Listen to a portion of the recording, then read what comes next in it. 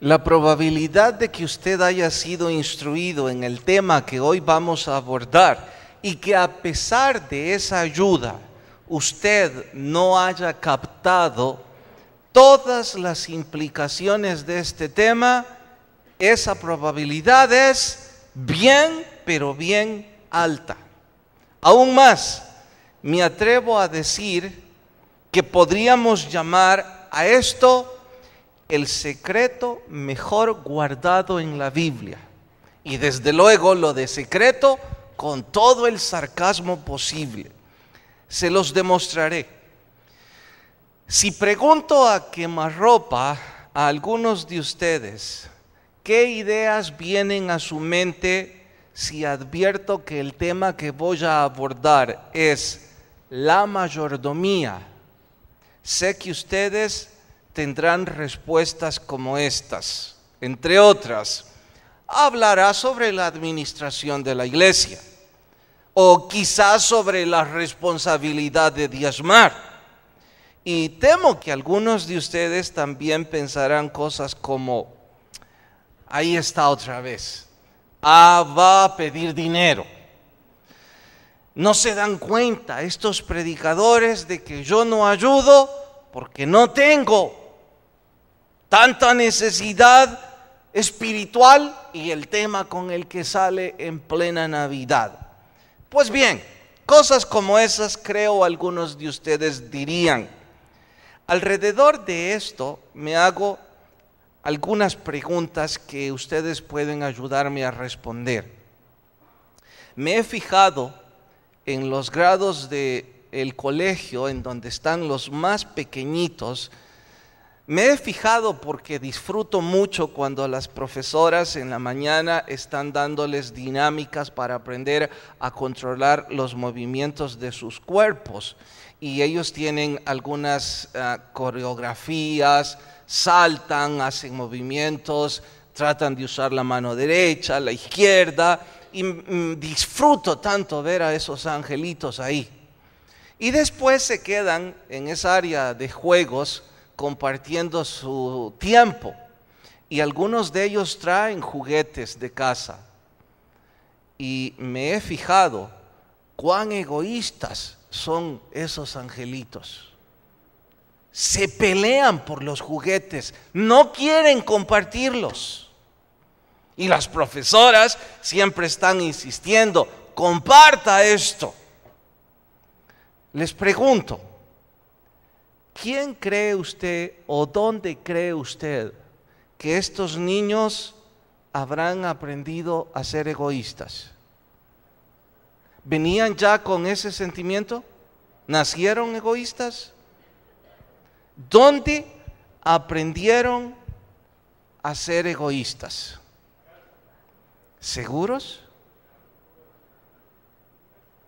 O sea que nuestras casas están llenas de egoísmo. Y entonces, ¿esos angelitos de dónde han salido? ¿Perdón? De los papás. Entonces, ¿dónde aprendieron todo eso? En los papás. Cuéntenme algo. Yo no estoy acusando a los papás de esos niños. Si pienso en los míos en esa edad, eran iguales. Y si pienso en ellos como los dos mayores, como hermanos, de vez en cuando siguen siendo iguales entre ellos dos. Entonces, yo pregunto, ¿será que ustedes y yo como papás nunca les dijimos: hijos, hay que compartir? Mire, usted ya tiene estos juguetes, ya tiene esta ropa, regale, y sobre todo en Navidad, lo que usted ya no ocupa. Y les pregunto, ¿ha sucedido con los suyos o no? Que ellos dicen: pues no, lo voy a ocupar. Y a veces un juguete que ya está todo destruido, este es mi favorito. Y en cuanto a la ropa, les queda por la rodilla el pantalón, pero algún día lo ocuparé. ¿Sucede solo en ese ejemplo en mi familia o les ha sucedido?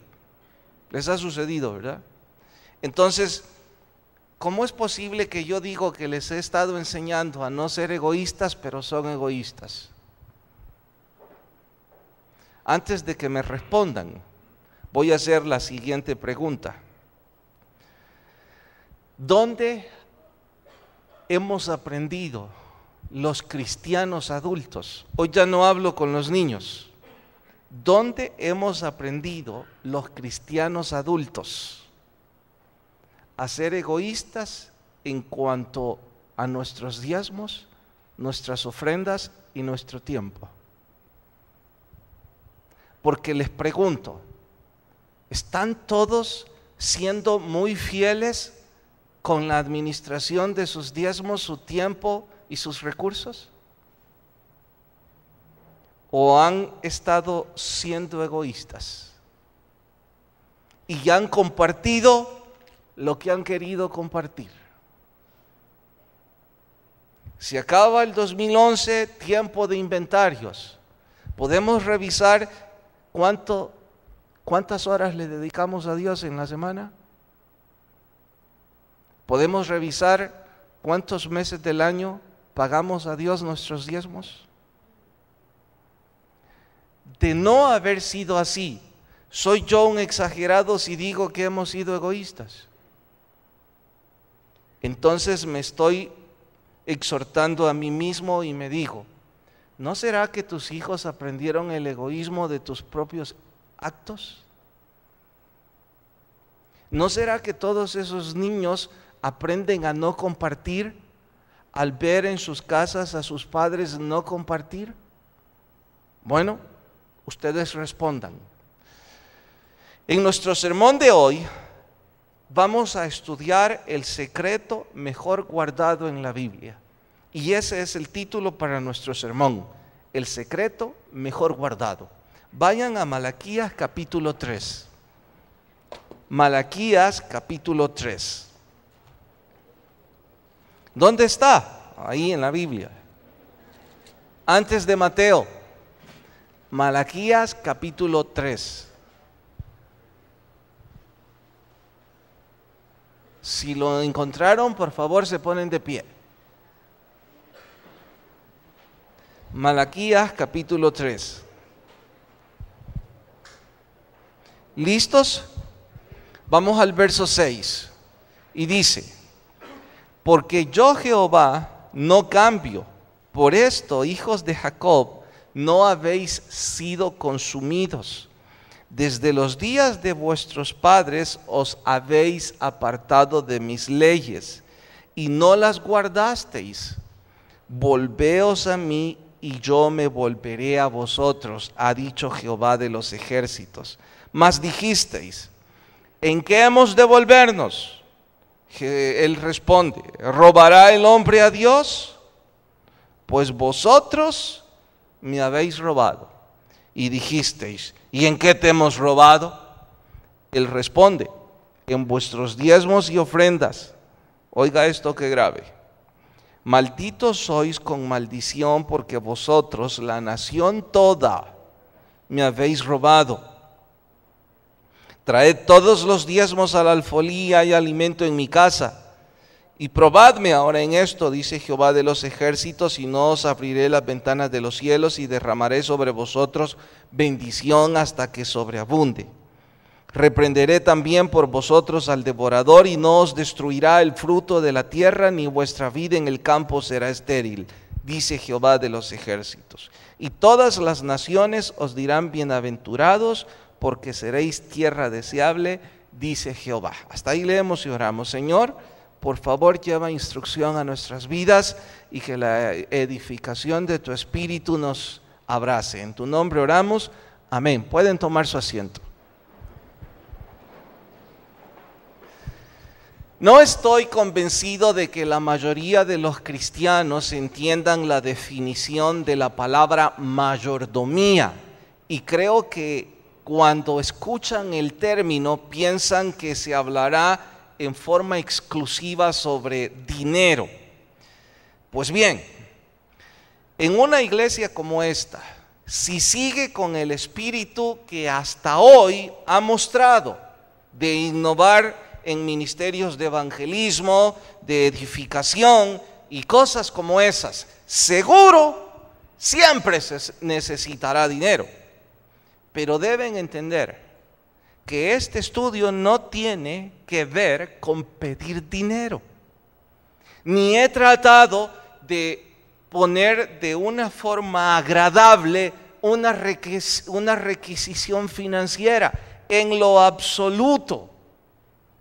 Recalco, una iglesia como esta siempre necesitará recursos si sigue operando como hasta ahora, pero no es el caso de que necesitemos dinero. Las cuentas del año, gracias al Señor, han sido pagadas. ¿Que por qué abordo este tema? Porque por principio administrativo y espiritual es importante hacerlo cuando menos 2 veces al año. Así es que vamos a definir mayordomía. El término lo origina la palabra mayordomo, y estoy seguro que mayordomo todos entienden qué significa, y estarán deduciendo que se trata de un sirviente. Entonces, mayordomía es la administración que ese sirviente tiene que poner en su trabajo. Ahora, cuidado, porque no se trata de cualquier sirviente. Mayordomo no es un título dado a cualquier sirviente. Lo repito, y si pudiera gritar me encantaría hacerlo. Mayordomo no es un título dado a cualquier sirviente. Mayordomo es el título que se da al sirviente de mayor confianza y eficiencia, al punto de que el dueño deja en manos de ese sirviente todos los bienes, todas las inversiones y toda la administración. El mayordomo es el mejor de todos ellos, el hombre de mayor confianza y de mayor eficiencia. Desde luego que con toda esa responsabilidad, el mayordomo tiene también privilegios especiales, que a veces se confunde y no parece un sirviente, sino que parece el dueño, porque el dueño ha dejado en sus manos toda la administración de esa empresa, de esa hacienda o de ese negocio. Él no es el dueño de nada, pero todo recae sobre su responsabilidad. Creo que el mejor ejemplo bíblico de mayordomía es la vida de José. En varias ocasiones él se convirtió en el mayordomo. Una de esas veces sucedió en la casa de Potifar. Saben que la Biblia dice que él podía hacer y deshacer con todo lo que estuviera en propiedad de Potifar. Lo único que no podía tocar era a la mujer de ese. Todo lo demás estaba a su alcance. Y vivía como si fuese el dueño, aunque no lo fuera, porque tenía los privilegios de mayordomo. Luego sucede lo mismo en la cárcel. Se convierte en el administrador y finalmente es el príncipe de todo Egipto, el segundo en el reino, aunque en realidad el faraón no hacía nada más que disfrutar el trabajo del mayordomo. José nunca fue faraón, nunca esperó serlo. Su trabajo era administrar Egipto de modo de que el faraón estuviese agradado. Y si él cumplía su trabajo con eficiencia y honestidad, el faraón le daba los privilegios de convertirse en el segundo señor del reino. Yo creo que aprendí bien este concepto en mi segundo trabajo, porque precisamente y sin saberlo, yo me convertí en un mayordomo. En ese entonces, allá por los años 90, manejé el negocio de quien era mi jefe en ese momento. Él, por sus diversas ocupaciones empresariales, decidió que el negocio en el que yo gerenciaba pasara por completo a mi administración. Él no me lo dijo de esta forma: no quiero saber lo que usted hace, solo quiero que al final del mes usted me entregue tanto de utilidad en este negocio. Y si usted va creciendo, pues a mí no me importa a quién pone, a quién quita o cómo lo dirige. Quiero el dinero, dijo. Y cumplió. Muchos pensaron en ese tiempo que yo era el dueño, pero yo nunca fui el dueño de absolutamente nada en ese negocio. Mi deber era administrarlo, tener todos los reportes en orden y el fin de mes entregar lo que él esperaba de dinero. Él sabía de qué negocio se trataba, él no era un ignorante, él sabía la rentabilidad que ese negocio debía y podía dar de acuerdo a la inversión establecida. Así es que yo no podía falsear nada. Y fue durante varios años que estuvo de esa manera. Creo que al primer año, él me dijo, debido a que está alcanzando no solo las metas que le propuse, sino un poquito más, para motivarlo más, me dijo, en lugar de sueldo le voy a poner porcentaje en la utilidad. Claro que eso fue una tremenda motivación para mí. Entonces recalco que parecía que yo fuera el dueño, entre más trabajara y más produjere, mejor me iba a pagar, pero nunca fui dueño de nada. El día en que salí de ahí yo no tenía nada porque todo era de él. Yo solo era el sirviente de mayor confianza del dueño. Y en honor a esa confianza, él decidió poner bajo mi responsabilidad todos sus bienes en ese negocio específico. Pregunto, ¿me he dado a entender sobre la definición de mayordomía? ¿Sí o no? Bueno, ahora voy al secreto mejor guardado en la Biblia. Pregunto, ¿somos nosotros dueños de nuestra propia vida? ¿Amén o no amén? ¿No somos dueños de nuestra propia vida?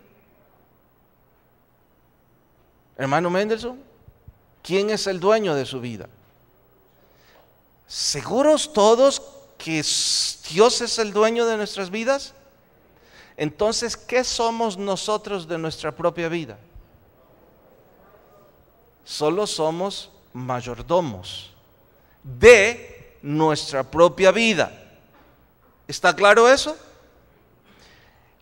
El dueño de nuestra existencia es Dios. Él nos ha prestado la vida con un propósito definido y espera que seamos buenos mayordomos de ese privilegio que nos ha dado. Porque les pregunto, ¿acaso la vida es un privilegio o no? De acuerdo, lo es. En honor a ello, el secreto mejor guardado en la Biblia, y creo que por necedad, es este: creer que podemos obviar al dueño de nuestras vidas. Ese es el mejor secreto. Creer que podemos evitar que un día de estos Él vendrá y nos pedirá cuentas. En mi caso, yo tenía que dar cuentas cada 15 días. Y yo estaba consciente que cuando ese negocio no produjera lo que esperaba, yo iba a ser removido. Aún, confieso esto, hubo un momento de crisis en ese negocio y las utilidades fueron en una curva hacia abajo horrenda. Yo estaba tan asustado, pero tan convencido que era mi responsabilidad, que en esa semana le pedí, no era tiempo de reunión, le pedí hablar con él y le dije, creo que debe removerme, mejor renuncio antes de que usted me quite. Él sonrió y me dijo, no se preocupe, esto es así también en el negocio paralelo que yo administro. Y me dijo las razones comerciales que eso estaba sucediendo. Yo no necesitaba que me dijera, debes removerme. Yo sentía que no estaba cumpliendo porque no estaba cumpliendo el propósito que se esperaba. Ahora, creer que yo puedo obviar, darle cuentas a Dios de mi vida, ese es un secreto guardado. Pero nadie puede evitar dar cuentas a Dios sobre nuestras vidas. Y debemos entender esto. Ganar salvación y vida eterna no tiene nada que ver con cómo administramos nuestras vidas. Porque ganar salvación y vida eterna es con poner nuestra fe en Cristo Jesús y salvos. No necesitamos nada sobre mayordomía para alcanzar vida eterna. Pero para alcanzar recompensas en esta vida, sí tiene que ver con la mayordomía. Y mire que cuando yo hablo de recompensas, yo no he dicho enriquecimiento y tampoco he dicho recompensas materiales, porque las recompensas de Dios pueden venir en distintos envases y distintos tamaños.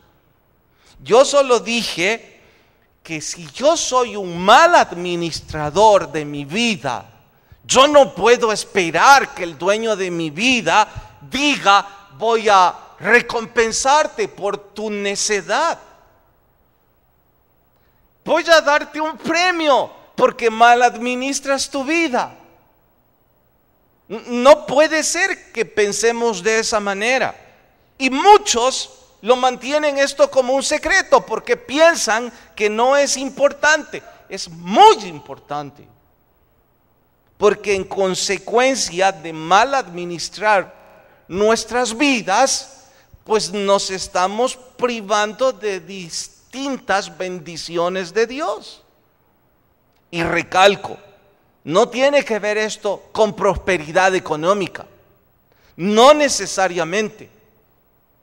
Alguien puede tener solvencia económica y su vida sentirse miserable. Alguien puede no tener un 5 en el bolsillo y sentirse plenamente feliz con la bendición de Dios al tener una familia estable, al tener una salud relativa. No tiene que ver con dinero necesariamente. Pero es tan simple como eso. El dueño de la hacienda no estará feliz con un mal mayordomo. Y si somos un mal mayordomo, pues entonces nos quitarán el privilegio. Pregunto, ¿me he dado a entender en eso? Yo no sé usted, pero yo no quiero perder mi privilegio de ser mayordomo de mi propia vida. Y en realidad yo deseo que el Señor me bendiga. Y yo sé que Él está esperando como el dueño de mi vida que yo cumpla con el propósito para el cual Él me ha prestado mi vida. Y sé que si yo no cumplo con ese propósito, empezaré a perder esa bendición en cualquier envase y tamaño venga, y también llegaré al riesgo de perder el privilegio de ser mayordomo de mi propia vida. Y que de pronto termine siendo esclavo de otros. Termine siendo esclavo de pecados, termine siendo esclavo de un sistema, cuando Dios me ha concedido libertad y me ha concedido el privilegio de administrarme por mí mismo. Pues entonces, hay algunos principios que yo no debo pasar de largo para ser un buen mayordomo. Son muchos, pero voy a citar 2 o 3. Miren Lucas capítulo 6. Lucas capítulo 6, 3 libros después. Marcos, Lucas, antes de Juan. Lucas capítulo 6. ¿Lo encontraron? Vayan al verso 38. 6:38. ¿Listos? En voz alta digan la primera expresión. ¿Pueden repetirlo en voz alta? Dad. Bueno, dad y se os dará. ¿Saben? Les animo. Si no recuerdan nada del sermón, en buena hora, pero recuerden este verso. Dad y se os dará. Pero agrega un poco más y dice, medida buena, apretada, remecida y rebosando, darán en vuestro regazo, porque con la misma medida con que medís, os volverán a medir. Dije que voy a citar algunos principios. ¿Cuál es el primero? Dar. Lo voy a repetir mejor de forma bíblica. Dad y se os dará. Ese es el principio. Esa es la lección que siempre le queremos dar a nuestros niños. Den, sean agradecidos y entonces recibirán. Y les vivimos predicando eso a los niños, pero como adultos hacemos todo lo contrario. Porque nosotros no estamos siendo fieles en la manera que Dios espera que demos. Así es que no estamos cumpliendo esto. Y la razón es simple. La naturaleza pecaminosa nos llena de avaricia y olvidamos lo importante que es administrar nuestras vidas. Olvidamos lo importante que es dar a Dios tiempo de calidad para servirle. Hermanos, algunos de ustedes, y espero yo equivocarme y que sean 3 o 4, han estado tan ocupados en diciembre con sus trabajos, con sus regalos y gastando el sobresueldo, que para Dios, si le han dedicado en servicio de calidad a Él 2 horas, es bastante. ¿Piensan que eso es una buena administración de su vida? En cuanto a sus diezmos, yo no sé cómo algunos piensan que hacerle trampa financiera a Dios va a redundar en bendición de sus vidas. Y me sorprende cómo algunos, entre más ganan, menos diezman. Porque empiezan a sacar porcentajes y dicen, ay, ahora el gobierno ya subió hasta el 25%, suponiendo que gana mucho más. Y encima la Biblia dice el 10, 35. Pobre de mí. Nomás déjeme preguntarle, que no fue usted el que dijo que su vida era solo prestada y que el trabajo era una bendición de Dios en su vida. ¿Que no fue usted el que dijo que está administrando bien? Por otro lado, muchos de ustedes en sus trabajos y aquí en la iglesia, en ministerios, hemos tenido cenas ministeriales y algunos han ido a restaurantes en la celebración de Navidad y Año Nuevo. Les pregunto, ¿llegaron a algún restaurante en donde no les cobraron? ¿Alguien comió sin pagar? Por favor, ¿alguien puede testificarme del restaurante al que fueron sin pagar? Es que me gustaría ir. Les cobraron. Y les cobraron caro, ¿no? ¿Y ustedes están molestos con ellos? Déjenme citar un ejemplo, ya que está muy fresca la experiencia. Ayer el hermano Luis fue con su ministerio, con los líderes a cenar. Y me invitaron, así es que estuve ahí y le pregunto, ¿cómo cuánto valía el plato por persona? Como 14. Pero yo no vi a nadie enojado ahí. Porque usted pagó. Yo no vi a nadie enojado con el precio, o sea que era un precio justo. Estaban satisfechos con el precio. ¿Volverían? $14 y volverían. Estaba el 2 por 1, dice. Pero volverían. Déjeme ver si interpreto sus palabras. Es que era justo, ¿no? Nos dieron un buen servicio, nos dieron un buen pedazo de carne. Justo es que pagáramos y nos sentíamos satisfechos, ¿cierto? Les pregunto, ¿acaso las iglesias no se convierten en un restaurante espiritual? en donde nos alimentamos de la palabra? ¿Amén o no amén? Bueno, comen gratis. Paguen lo que no es justo. Está el 2 por 1, digan. Y recalco, no tenemos problemas de dinero, bendito sea nuestro Dios. No estamos pidiendo dinero, solo estoy haciendo la ilustración.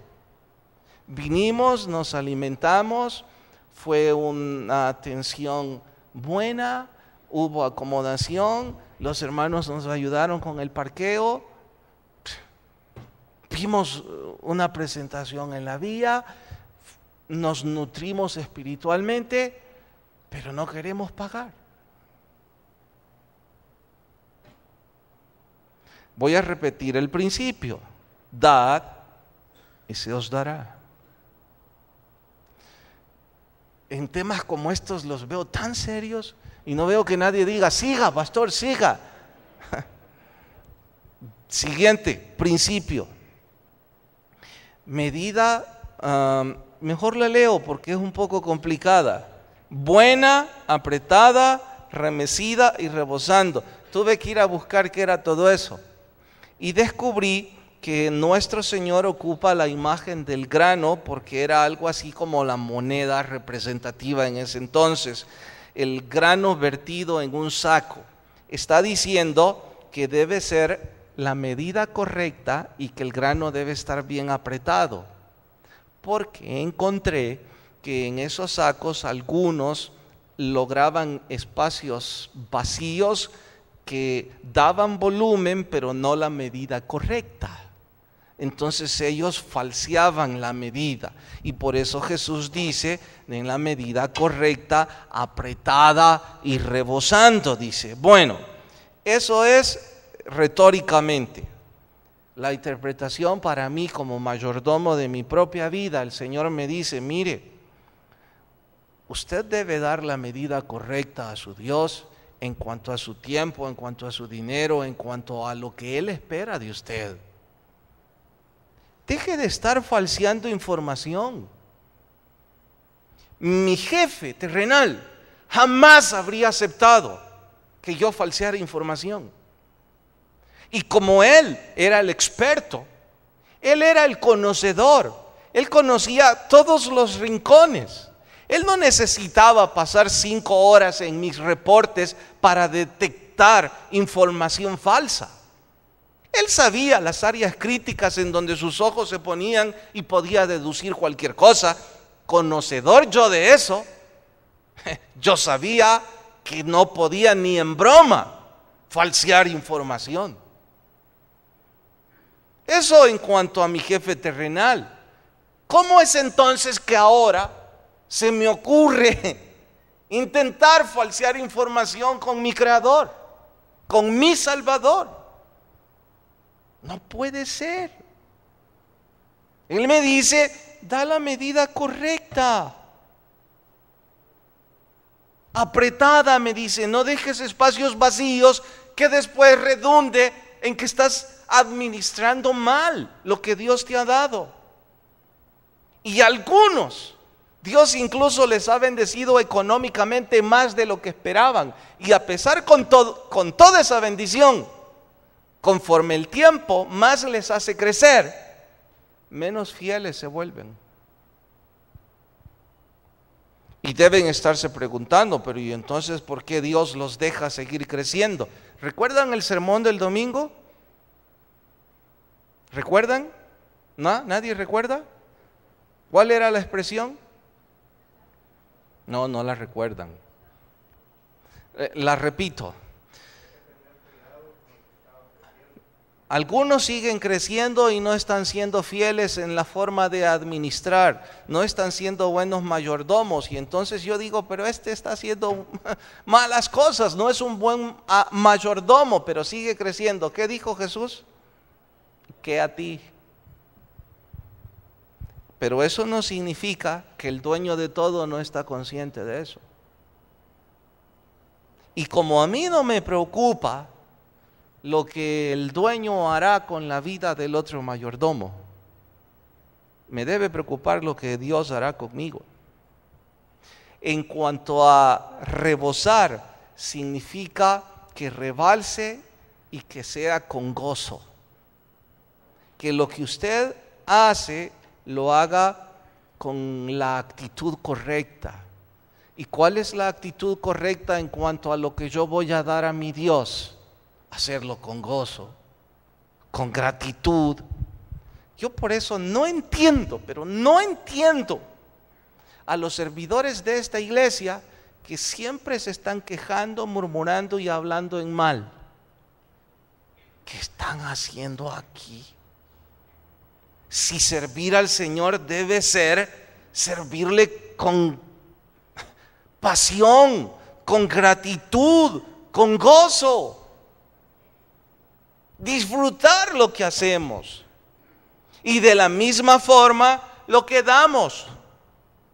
Yo voy a sonreír mucho si alguno de ustedes está pensando, tanta vuelta que ha dado este predicador para que yo ponga mi diezmo, lo voy a poner para que no hable más. A mí no me va a hacer ningún favor porque yo ni siquiera reviso los nombres de diezmos por decisión personal, porque así puedo predicar de esto sin que nadie esté ahí viéndome. De seguro de mí está hablando el pastor.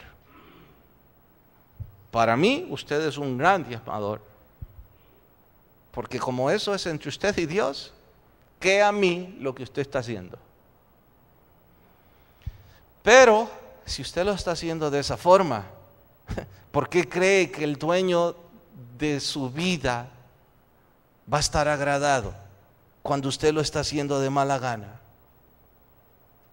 O cuando usted está pensando cosas que no debería pensar. A saber si estoy enriqueciendo a este hombre. Le voy a decir de nuevo, ¿y qué a ti? Tercer principio. Esto de administrar no es asunto exclusivo de dinero. Tiene que ver con toda la filosofía de vida del dueño. Mire, en el caso que yo puse para ilustrar respecto a mi trabajo secular, la filosofía de él era dinero. Haga lo que quiera y como le dé la gana, pero deme el porcentaje que espero. Hecho. En el Evangelio, la filosofía no es dinero. La filosofía es cumplir su Evangelio. Y Él espera que administremos nuestras vidas de acuerdo a su filosofía. Él no está esperando que yo ahora no voy a diezmar, voy a poner el 15% y además voy a servir 4 horas y no 2. Pero me voy a meter con la mujer que me dé la gana, me voy a emborrachar y voy a decir cuantas groserías quiera y voy a hacer 5 negocios deshonestos, pero yo ya cumplí mi parte. Él quiere que administremos nuestra vida de acuerdo al propósito para el cual Él nos creó. Y ser mayordomos incluye la filosofía de vida del Evangelio de Cristo. Es toda nuestra vida. Y si yo no estoy siendo fiel a mi Dios con cualquier área de mi vida, este es un sermón para reflexionar y recordar que yo no puedo obviar que uno de estos días el dueño me va a decir, siéntese, vamos a hacer cuentas.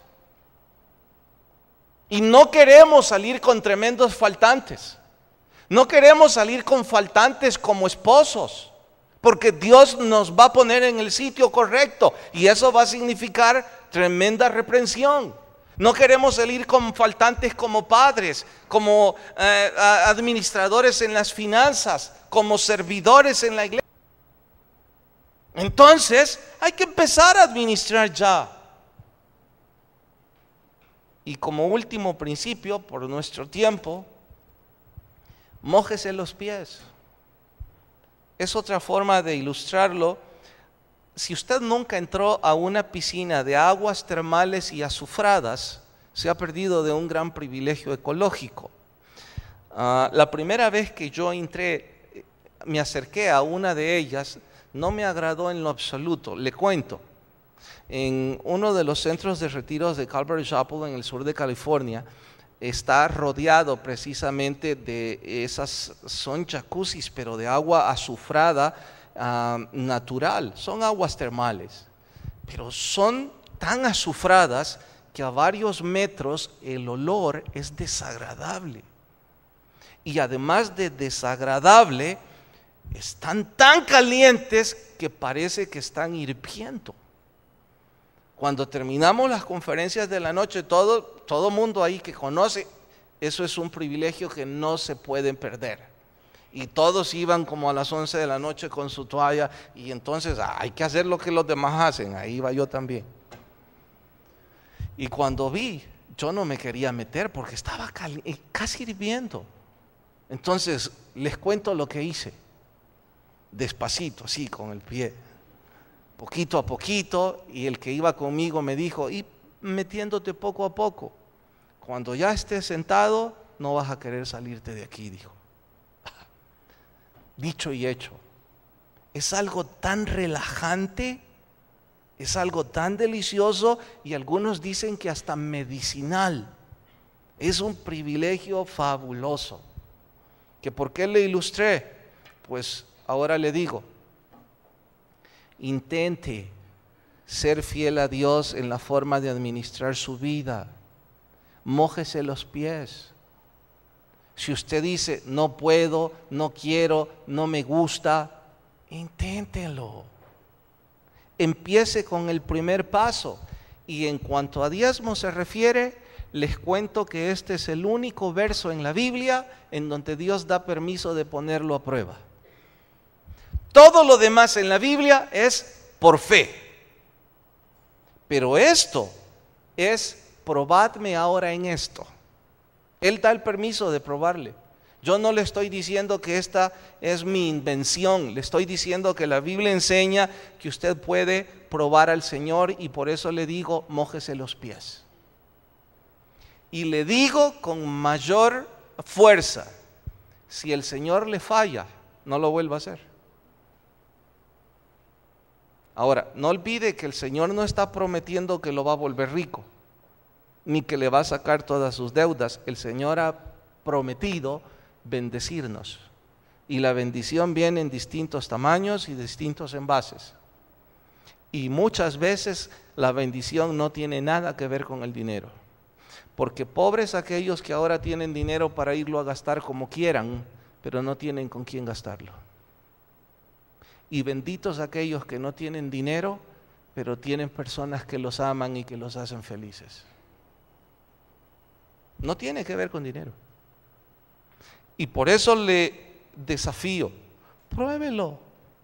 Y si no le cumple, no lo vuelva a hacer. Y temo que algunos me están viendo, pastor, ¿cómo se le ocurre recomendar que no lo vuelvan a hacer? ¿Y cómo no lo voy a desafiar de esa manera si Dios nunca me ha fallado?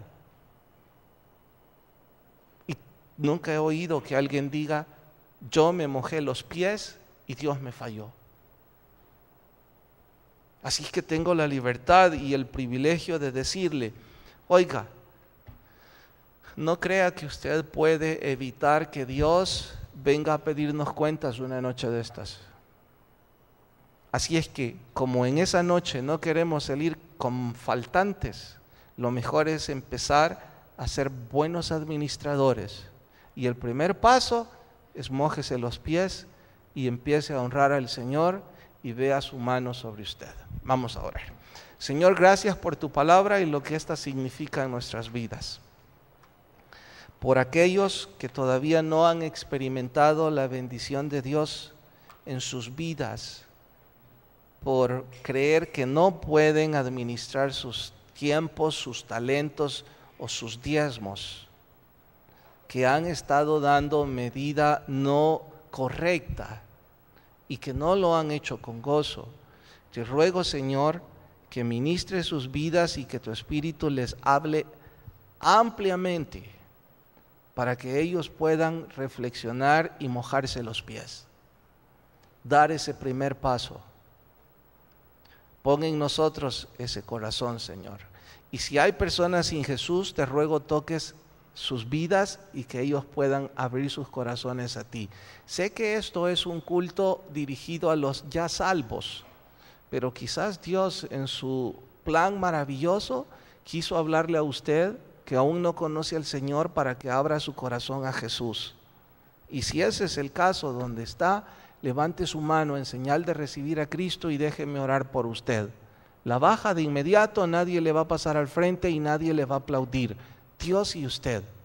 ¿Habrá alguien esta noche que dice, predicador, me gustaría recibir a Jesús? Y levanta su mano, ¿me deja orar con usted? ¿Alguien esta noche que toma la decisión de su vida y viene a Jesús? Padre, si todos somos salvos, gracias, despídenos en paz, en tu nombre oramos, amén. Dios nos bendiga, perdónenme que me pasé 7 minutos, no me fijé. Es que cuando es de pisto uno se pierde.